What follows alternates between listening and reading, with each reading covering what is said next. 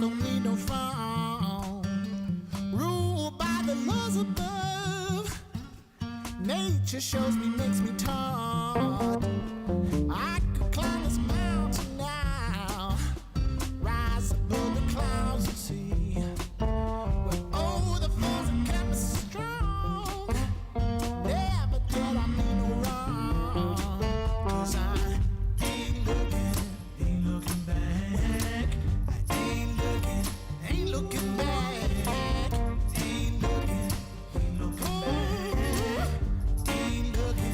Ain't looking back. Ain't looking. Yeah. Ain't looking back. Ain't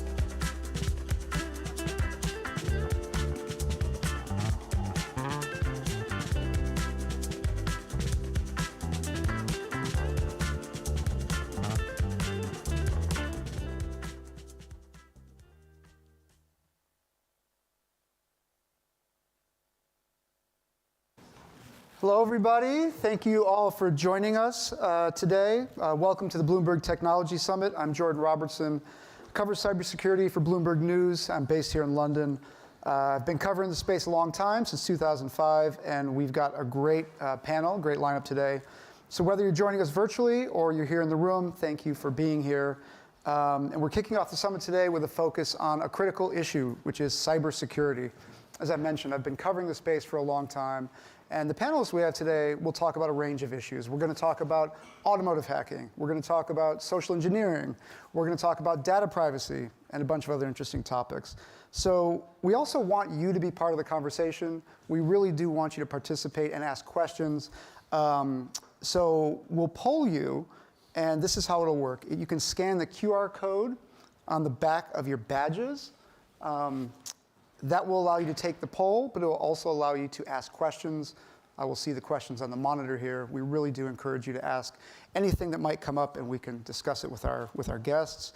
And the poll that we'll kick off with is around cybersecurity, and the question is, how safe is your organization? Very safe, it's vulnerable, or I think we can do better.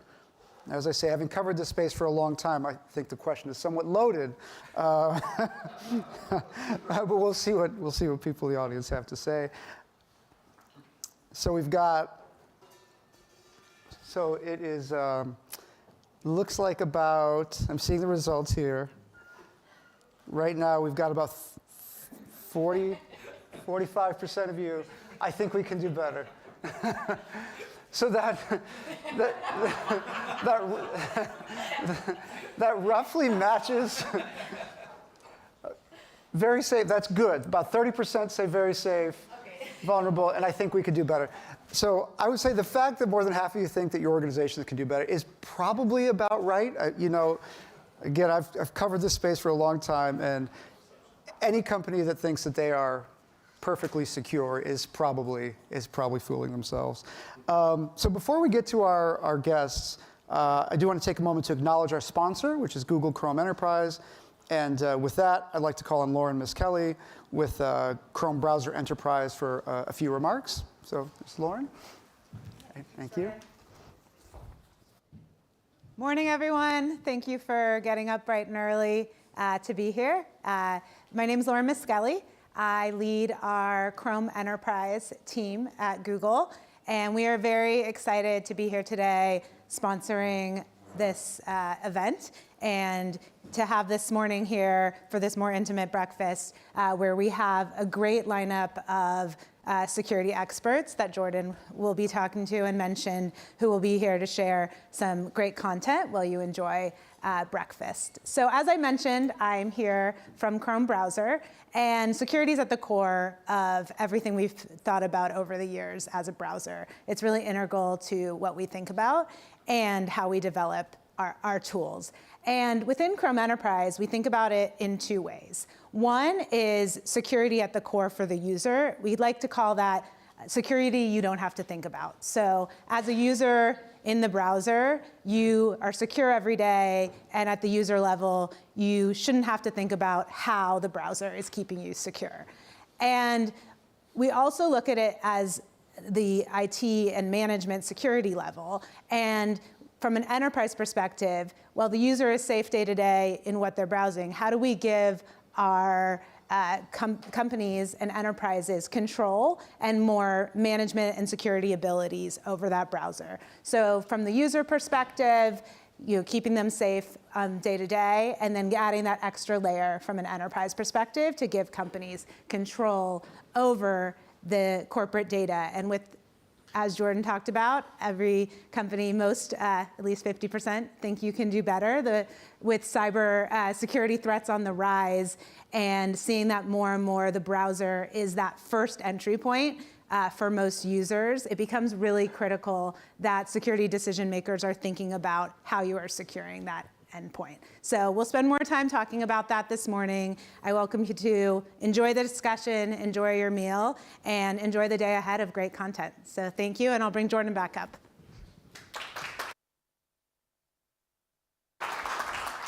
Thank you very much, Lauren. And for our first guest we're going to bring up, Engineers from France's Synactive cybersecurity firm breached Tesla's Model 3 within minutes at a security competition earlier this year, earning themselves a cash prize and a free Tesla. Tiffaine Roman Latapi is head of the reverse engineering team at Synactive. Really excited to have her, so please join me in welcoming Tiffaine to the stage. Good morning. Sit here. Thank you. Yeah, I think it'd be great. So, as I mentioned, Tiffaine runs the reverse engineering team at Synactive. Synactive is a French cybersecurity company, as I mentioned earlier this year. They hacked a Tesla at a hacking competition. It's really, really hard to hack Teslas, and they did an amazing job at it. We met this summer, and we published a story earlier this year about automotive hacking and cybersecurity risks to automotive.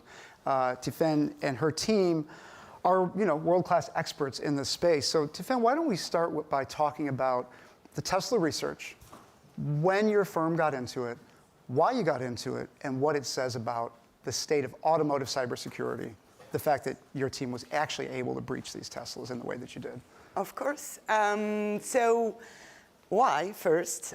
We've been participating in this concourse, which is called Pontoon, for a few years, basically for fun and exposure.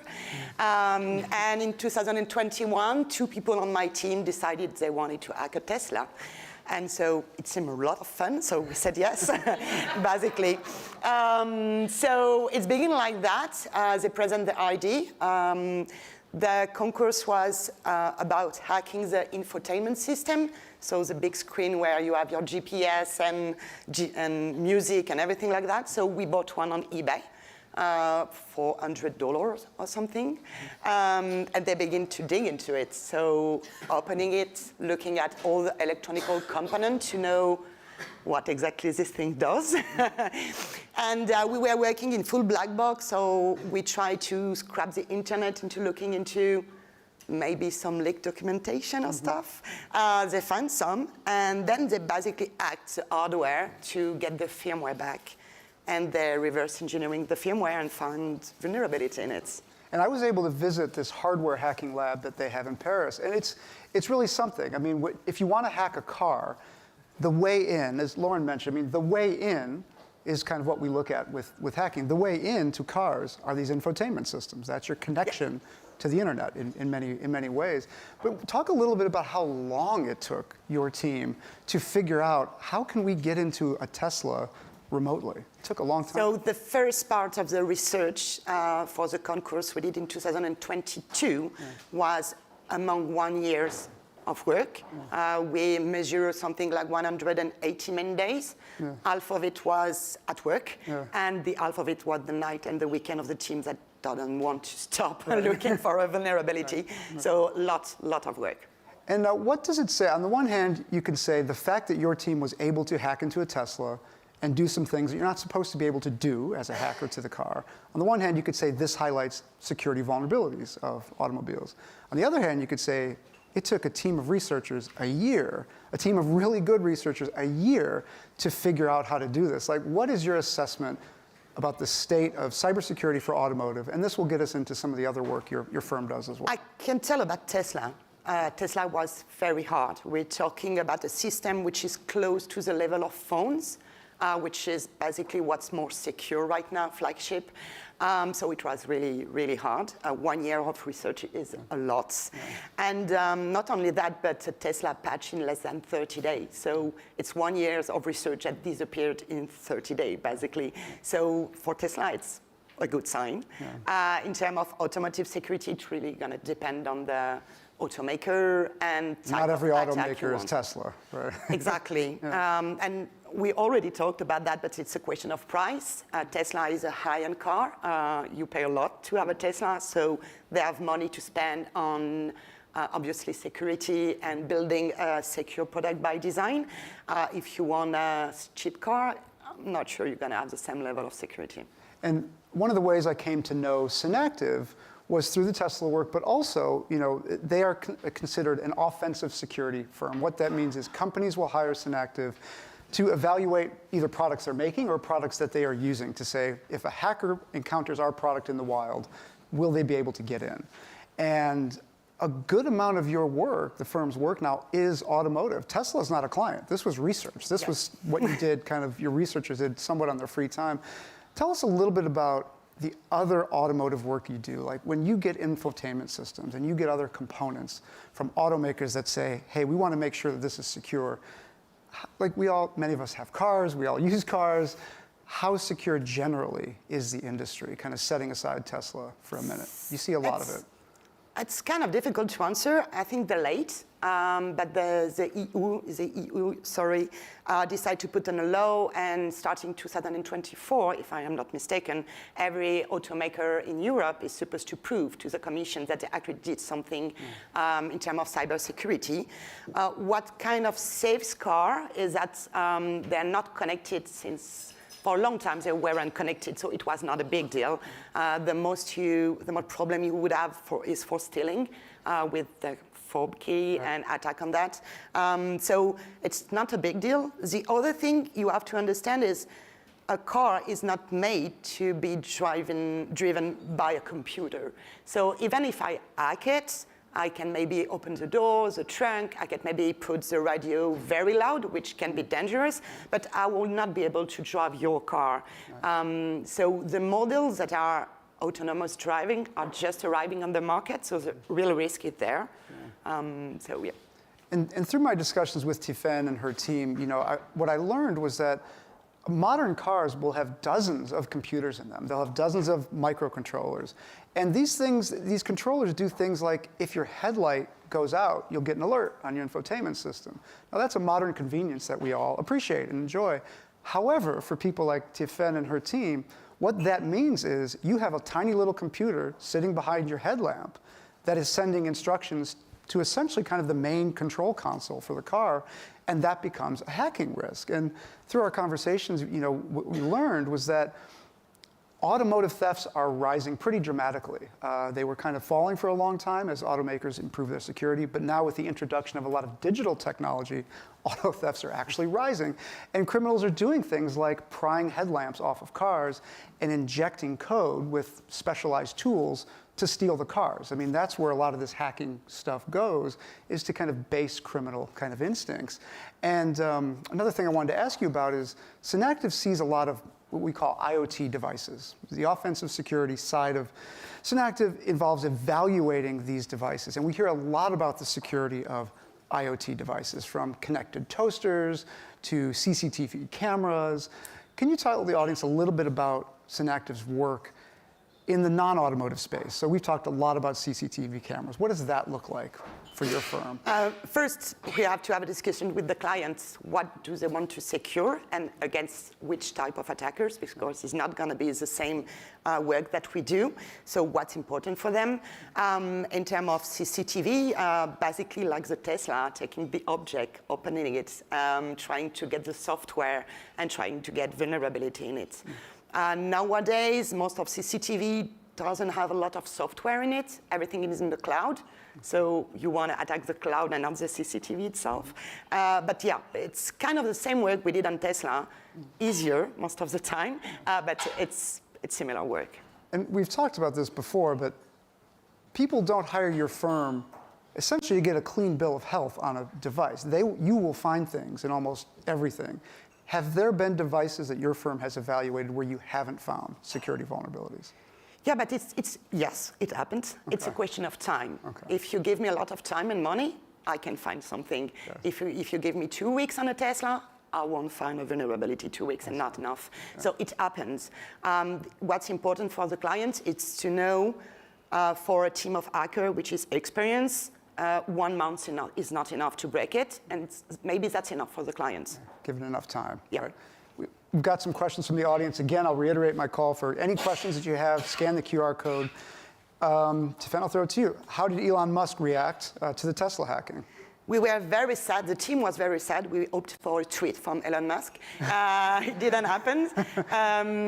Tesla was actually very cooperative. They asked a lot of questions to the team.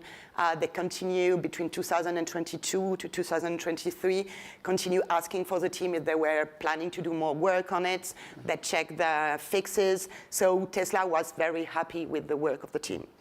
And you've talked about this as well, but Tesla actually worked very closely with your team. Even though Tesla is not a client, you were not working for Tesla, and in fact, you may not have been able to publicize the research if you had been.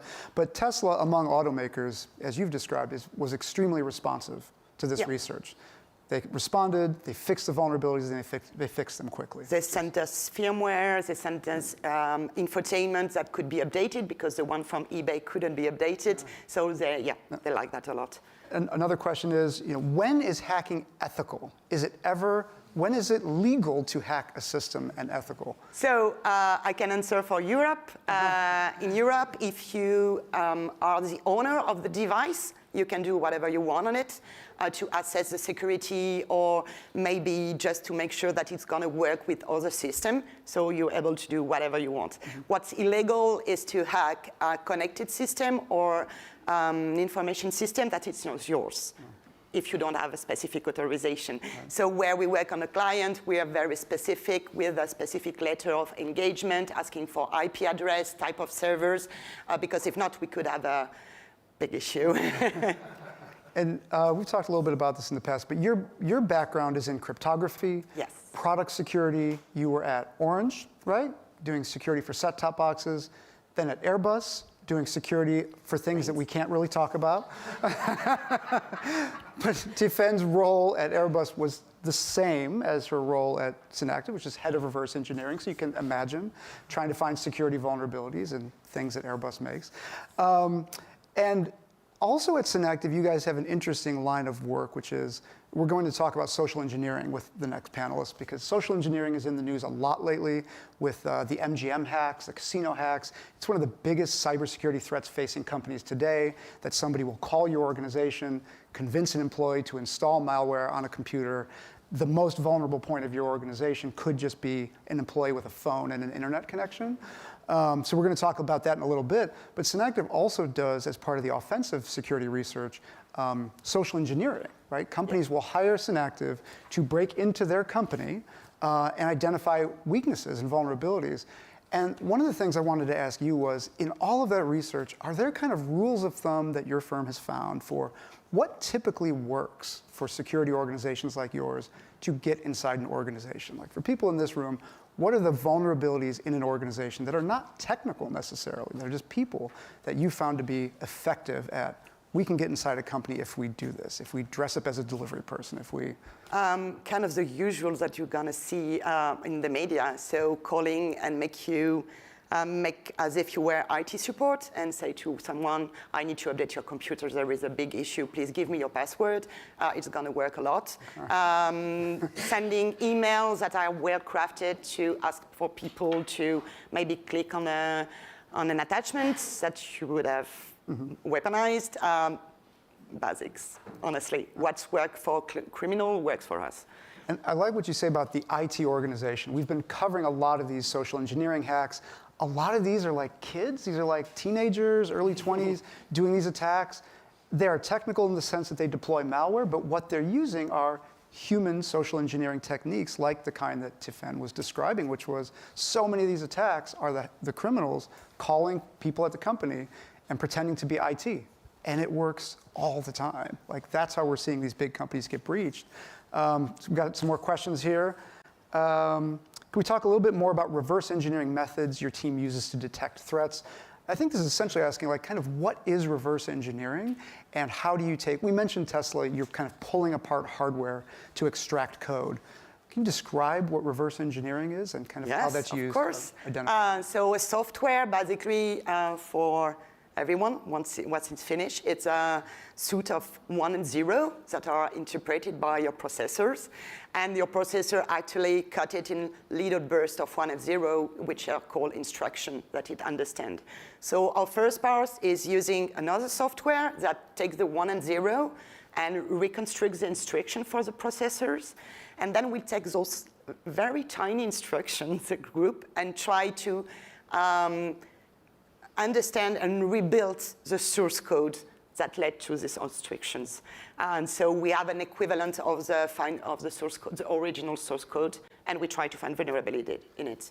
You and your team mentioned something interesting when I visited you, which was that when I asked, I said, so you've got a black box. You've got and a lot of times your clients will give you a black box to say, we're going to put this into our device. We're buying it from somebody else. We don't know what's in it. We just know what it does. You've got to take it apart. And your team said something interesting was when I said, well, you don't have source code then. The manufacturer's not giving you the blueprint. You have to kind of intuit it. And when your team was saying that you'll do the process you just mentioned, you'll get kind of a rough sense of what the code is, and you have to have an intuition about this body of code looks like it would be vulnerable. Yeah. We're not really sure when or how or where, but this kind of, it's like looking at squinting your eyes and looking at one of those 3D images that pops out. Yeah, there's like an intuition there, this kind of There is part of intuition, and there is two ways. First, there is the easiest way, which is looking through the kind of entry an attacker would take. So if you have a Wi-Fi connection, basically he's going to try to go to Wi-Fi. Right. Or the other way around, which is those kind of code are usually easy to mess up. So we're going to begin with this code. And if we find a vulnerability, we try to build a path between the entry point and this code. Yeah. We've got some other questions here. Given that exploiting vulnerabilities is not a matter of if, but when, what's one piece of advice you can offer for businesses to help protect themselves? And the core of this question is, every piece of software is going to have flaws. It's impossible, essentially, to build perfectly secure code.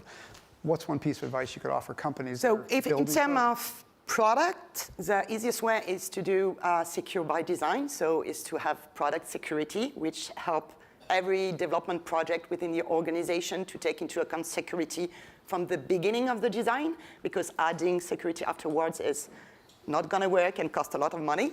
So that's the first. And then you have to deploy detection on your organization. You have to know exactly what's sensitive in your organization and have a plan to react if it's being touched. So that's incident response preparation, having, plan of your networks that most of people don't have, those kind of stuff. And a similar question, and this looks like it'll be our last question here. With the rise in high-profile breaches like MGM, and we talked about social engineering, do you have a piece of advice, kind of like a guiding principle for how organizations that might be listening today can help protect themselves from attacks like the ones your firm is very good at, the social engineering attacks? What are companies supposed to do to defend themselves against those kinds of essentially non-technical attacks? Most of the people are saying that the issue is human. I do not agree.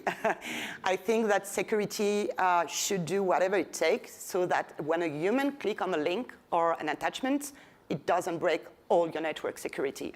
For me, there is an instant problem if anybody in your company clicking on a link can break all your security. There is an issue. So that's what we're talking about on Chrome. That's the security you don't see as a user. You should have those kind of systems in place. That's great.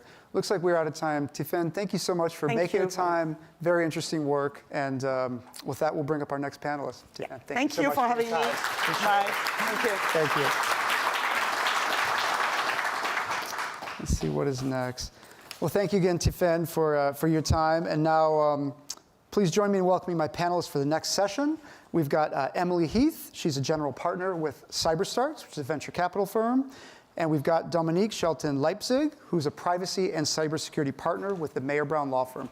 Please help me join Emily and Dominique. Thank you.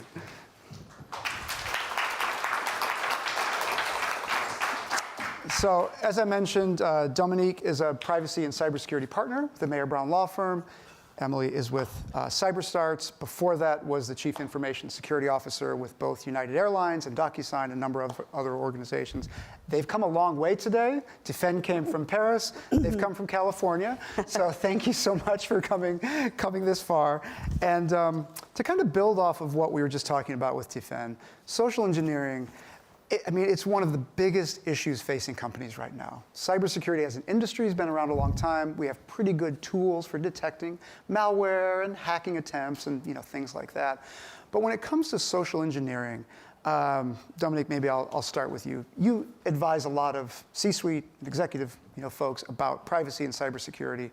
What are you hearing from CEOs and other C-suite about social engineering and what they're supposed to do about it? Because it's not a technical necessarily solution.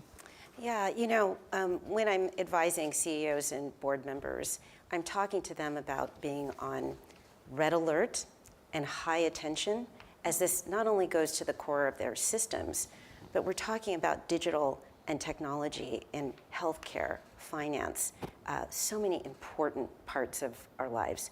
Let me just give you an example, Jordan. We have a situation where social engineering, through a Russian-sponsored attack, ended up targeting 17 hospitals in the US just in August. Emergency rooms not available, and ambulances needing to be diverted. So this isn't just a nice to have, is what I tell CEOs and board members. This is absolutely critical. And it starts at the top, okay? It's about being prepared. War game exercises, I was really interested to hear Tiffany talking about the proactive steps that she is taking and others are taking to war game and test these systems. Practice, I always say, you either fail to plan or you plan to fail in this situation. And one of the things I like for people to take from some of these panels are, a little kind of practical piece of advice. And one of the things that you've mentioned earlier to me is that when you're meeting with the C-suite, sometimes what you'll tell them, one of the most important things they can do is simply appear in public, whether it's a promotional video or whatever, for their employees talking about these issues, which sounds simple. And it doesn't even sound like cybersecurity advice. But in your experience, you've said that actually matters a lot. That tells employees, hey, this cybersecurity business is actually really important. It's social engineering is actually a big threat to the company, so much so that it goes all the way to the top. So tell me about what impact has that had when you've advised CEOs and others, simply appear with your CISO, and we're going to get to Emily in a minute, who has lots of CISO experience. What does that look like when that actually is enacted? Well, what's exciting is that really changes the tone. So, I talk about this in a book I have coming out, Trust, Responsible AI, Innovation, Privacy, and Data Leadership. And one of the interesting pieces of research is that those CEOs that have gotten involved in this issue, and what I mean by that, just being visible, that cybersecurity and data privacy and these issues are a priority for the company, they've been 85% more successful in diminishing cyber attacks, just the visibility. Why? Because then everyone in the company, it sets the tone that this is not only a nice to have, but a priority for the enterprise. And get that much more support. Yeah. And Emily, as I mentioned, Emily is now with CyberStarts, which is a venture capital firm. But prior to that, CISO of a number of organizations, the latest being United Airlines and DocuSign. That's right. And social engineering, those organizations, I'm especially thinking about airlines, you have so many, not even just employees, but contractors and subcontractors and subs of subs of subs that could potentially be a security risk. That's how right. do you think about and how have you approached this issue of social engineering? Not just these phone calls that we're talking about now, but any of those people could be a security risk to your organization. It's so true, and I agree with the previous panelists too, that it's not the human's fault. As security professionals, this is on us to make sure that we have the right controls in place, because you have, engineers, pilots, you've got flight attendants, you've got sales folks, marketing folks. It's not their job. Not everybody's a security professional. You cannot expect them to be. So it's really up to us to make sure that we're putting the right controls in place. Social engineering has been around for a long time, so the concept is not new. But the way in which we live has changed so much. You look at how much of your data is available online. I'm not a Facebook person. I'm mainly a LinkedIn person. You can probably find out a lot about me on LinkedIn. But I don't do many other aspects of social media. Many other people do. It's not necessarily difficult to profile people anymore. It used to be a lot more difficult. So the way in which we live has changed. So therefore, the way in which we need to defend has changed. I see it in organizations, not just in the traditional sense of social engineering, but think about things like business email compromise. This is, historically, you think about that in terms of consumer payments. I think the banks have done a really, really good job of now being able to identify fraud. But on the business side, business email compromise often comes through phishing, which usually has a social engineering component to it. There are millions and millions of dollars being lost to business email compromise from a B2B payment fraud. And this is, and just to define the term, this is, if you're a business, you've got a hacker impersonating your contractor, That's right. impersonating your partner, That's right. intercepting emails, sending invoices to the wrong places, That's things right. like that. And if you think how your organizations operate, usually what happens in a B2B payment situation, the finance teams are doing batch processing. They're not necessarily validating every single payment. So these kinds of, and when you talk about social engineering, it's not just the traditional consumer side of it anymore. How much that really affects finance, how much it affects fraud. We have a company in our portfolio launched 2 or 3 months ago. Great name, they're called Trust Me. And they look specifically at this. And I was the biggest skeptic. Yeah. Honestly, I was so skeptical at first, thinking, are you sure this is a big enough problem for you to go build a company around that people will buy? And I was absolutely amazed at how much money people are actually losing from the B2B side. So social engineering has a huge, huge part of that too. And I love these practical bits of advice, like when Tiffen talks about, even if somebody tricks your employee into installing some malware, as a security professional, you can try to make sure that that link doesn't break your entire network. Yeah. You talk about simple visibility from the C-suite matters a lot. Emily, what would you say? Is there like a takeaway for people that they can say, all right, like I can't protect a network of employees and subcontractors that, a million people deep.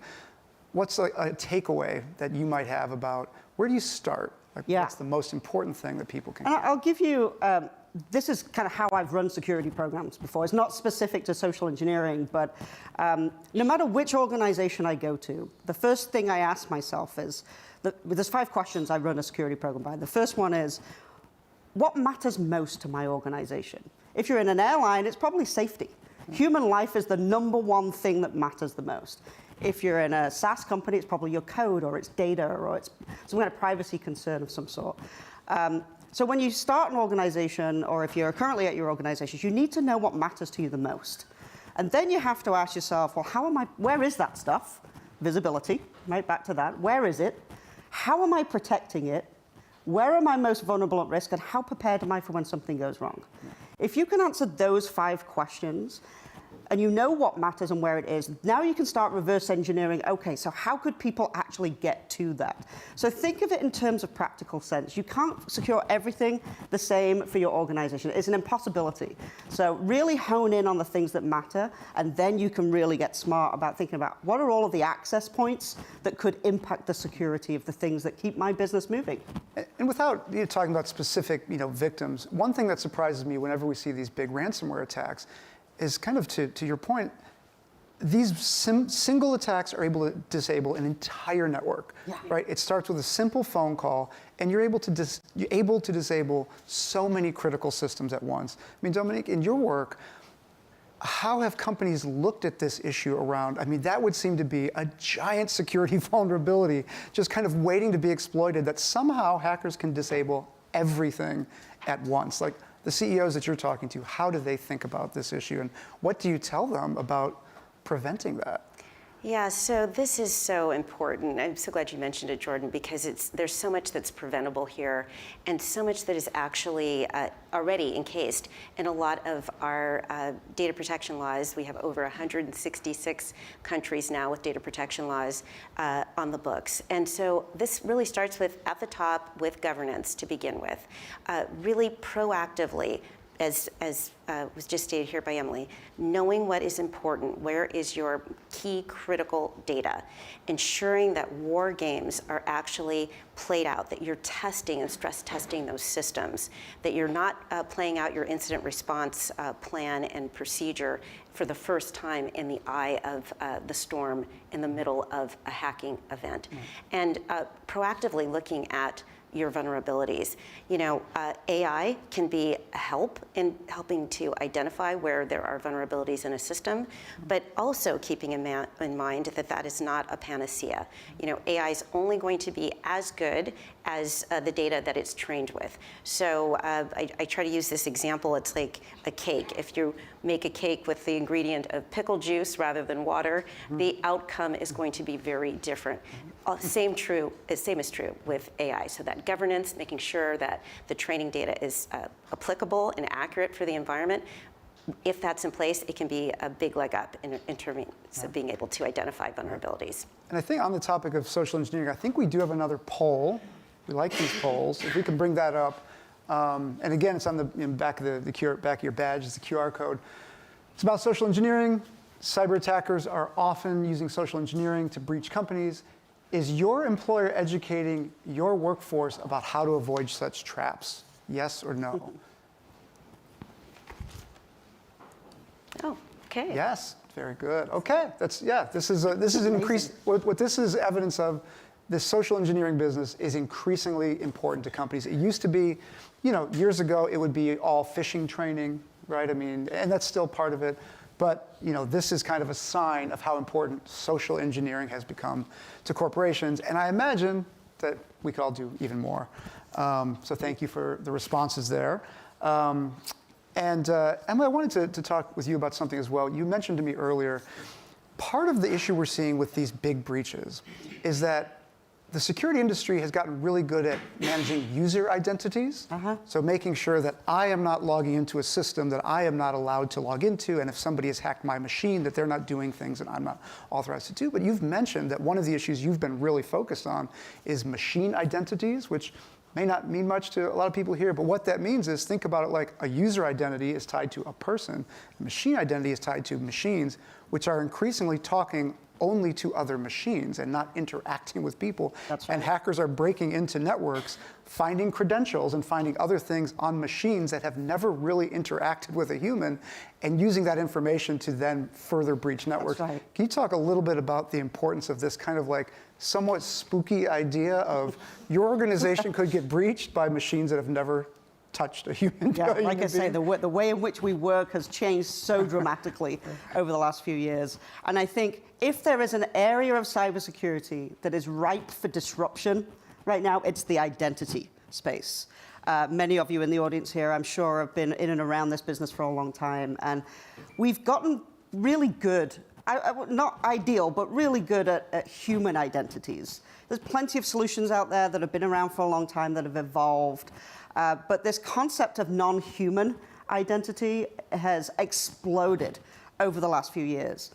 And the reason for that is, if you think about the evolution of the cloud and how that's changed the way we work, you've got developers and engineers that are spinning up technology all day, every day, and we want them to. It's great for business. You can ship product much faster. We want them to do that. You have business executives and business teams who also now own their own SaaS applications, and they're spinning up their own APIs. Again, we want them to. This is great for tech. The technology is amazing for the advancement of business. But the security side of that has not yet caught up. What we're finding, and again, we have a couple of companies in our portfolio that are looking specifically at this problem. One in particular looking at the non-human identities. They're still in stealth, so I won't tell you too much about them just yet. But when they're doing kind of proof of values and proof of concepts with early adopters and early companies, they're finding hundreds of thousands of machine identities, non-human identities, that the companies just didn't know existed.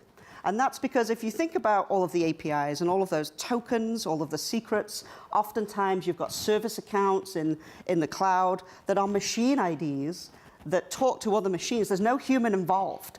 But there's not as much hygiene around this class of identities. With human identities, we've been used to privileged account management for quite a long time. We've been used to multi-factor authentication, so we've gotten quite good on the human side. But on the non-human side, there really aren't many solutions out there that can think about not only giving you visibility into what you have, and the danger and risk involved as to what you could actually get access to with that level of privilege, but also there's no rotation. A lot of these passwords stay out there. They stay stale for a long time. There's no password rotation. There's no multi-factor for machine-to-machine identities. So this area, to me, is one of the ripest areas for attackers right now, and we're seeing that in the market. We're seeing that in the industry, that non-human identities are definitely being targeted much more. But it's an area that we all need to get better at catching up on. I love the term non-human identities. Not quite sure what that means. Yeah. But, so we've got some questions. Thank you for these. This one we've had from an audience member. We've had voice replication of key staff members coupled with social engineering. How is voice replication adding to the threat, and what can be done to combat that? I will add to this a story I heard recently where a senior staff member who worked very closely with the CEO of an organization, had a voicemail from the CEO of this organization. That voicemail came in from a number that was the CEO's number. That voicemail was the CEO's voice. That voicemail was asking this person to do something that they would ordinarily do, arrange a financial transaction on behalf of the CEO of the company. Something seemed off to this person, slightly off about the request. Just the timing of it was slightly suspicious. They checked, and it was a total spoof. It was completely spoofed. If this person, again, had done the thing that they normally do all day long, which is send money places for this company, it would have gone into the hands of the hackers. And this was obviously a deep fake. It's just a deep fake that indicates, as the audience member asked, criminals are getting really good at taking, if your CEO is public at all, you can capture some voice, you can spin up an AI, and you can create a very convincing deep fake. Dominique, as you're talking to CEOs and other C-level, how concerned are they about essentially their identities being hijacked and used against their own staff to commit fraud? Jordan, this is a really big issue and a deep concern. And the good news is with the 37 draft pieces of legislation out there in 6 continents on AI, for example, that can do a lot towards governance as well to help build redundancies in place, just as this staff member did, seeing what's off, having code words, knowing what things in their environment will make a particular transaction actually a green light. So what we're trying to do is avoid having companies think about these things on the fly. We have an AI environment where deep fakes are going to be part of our lives for the foreseeable future. And so developing those human redundancies within the enterprise through using the AI governance tools that exist now in 37 countries, 6 continents, that talk about things like training, ensuring that employees are aware of what the procedures are before deploying critical assets of the company. Well, as you mentioned, a simple check. I mean, the reason this case that I mentioned got caught was a hunch. I mean, you shouldn't come down to a hunch because that was just a lucky break. And Emily, with your CISO hat on, now in an era of, these voice deep fakes are not even just convincing, they are identical. Yeah. You could even do a video that's like identical. How does one go about securing an organization? Where I always like to say, if you want to trick somebody into doing something, impersonate their boss. Yeah. We're all used to responding to our managers and responding quickly and doing whatever they ask. So how do you secure a large organization when any of those employees could be tricked? Yeah. It's gotten much, much harder, but I would say it comes down to always understanding your baseline and having that process validation. A lot of this comes back down to basics, and a lot of the attacks that we're seeing are actually very similar than they've been over the years. The fundamentals are the same, but the way in which they're getting us are much more sophisticated. And this is where the power of AI leveraged with something like voice recognition, probabilities are going to continue to go up, that people will be defrauded and scammed this way. So you have to make sure that you have processes that you validate. Right. And some of that can be done automatically, and some of it still involves the human. Right. And if it's the CEO and somebody's asking them to write $1 million check, there's probably a process validation point there somewhere that someone should go through. So there needs to be a code word. Yeah, exactly. There needs to be a code word. And we're running a little short on time, but one last issue I did want to raise, and Emily, we've talked about this, is that the cybersecurity industry is actually a pretty mature industry at this point, right? It's been around decades. We've seen the evolution from antivirus to the present. One of the problems that's emerged from that is you have more data about your security than you know what to do with. And That's you told right. me, just very briefly, you had told me a story about, at a previous organization, you were paying 3 engineers $1 million a year to take your security data, vulnerability data, and match it with your asset data. To your point earlier, what do we have that matters? That's right. $1 million. Like, you're spending a lot of money to essentially take all this stuff and just smash it together. That's right. And we've got so many security tools now, right? Which is amazing. They all do fantastic things. It's not unusual for security teams to have 30, 40, 50 different tools that do amazing things. And they all spit out a lot of data and a lot of findings and vulnerabilities, risks, call them what you want, but they're essentially risks, all of them. The problem is those machines don't talk to each other. So now we've got all of this data what do we do with it? How do we even make sense of it? As a CISO, I used to say 90% of my job was connecting the dots, making teams talk to each other, making systems talk to each other. So, in that particular example, I was hiring 3 engineers to try and consolidate just vulnerability data in one place, and it cost me over $1 million. We have, a company in our portfolio just launched recently called Avalor. If they had been around during that time, I would have been a very early design partner and probably redistributed those 3 engineers to do something completely different. And what I like about that story is even as the security industry has gotten more mature and has gotten very good at doing certain things, what we're still facing, and a bottom line message of this talk, is we're still facing human factor problems, which is how do I get one system to talk to another? How do I marry the data over here that tells me about problems with the data over here that tells me what's important? And Dominique, I'll ask you as well. I mean, when you're talking to the C-suite, and we deal with issues like these, where it's not just technology. I've talked to CISOs who've been through the worst breaches you can imagine, and at the end of it, they will tell me, I didn't buy any more tools. I don't need more tools. I need better policies, right? I need to work with the lawyers and come up with better policies. That's revealing. I mean, what would you say about, where we're at in terms of assessing the human factors? Like the human role in all of these, I think in some ways is more important, sometimes in technology. I would agree with you there, Jordan, because the reality is you can have the best tools in the world, but if the threats are ignored or not captured because there's 80 different inputs coming into the CISO, they're overwhelmed, or if we don't have information that's actionable, it's really hard for these problems to be addressed. The best way to deal with it is to actually look at the governance that has been set forth in the draft legislation, for example, with AI. It lays out exactly how AI governance teams can work together to leverage the power of that technology. And I look at this in terms of being able to identify security threats, for example. There's some wonderful tools, the one that Emily just talked about, Copilot and others, other companies have come up with technology to help synthesize and proactively identify where there are cyber risks. This is great. We are out of time. I really want to thank everybody, all the panelists, all of our guests for joining us. I'd like to thank our speakers for a terrific session this morning. I hope you all enjoyed the conversations. Thank you to Google Chrome Enterprise as well. Most of all, thank you for being such an engaged audience, and I hope you took away some kind of useful nuggets and some elements of the experience of all of these really established and prominent guests. So thank you very much. Look forward to seeing you all in the main plenary at 9 a.m. So thanks again for coming. Appreciate it. Thank you, guys.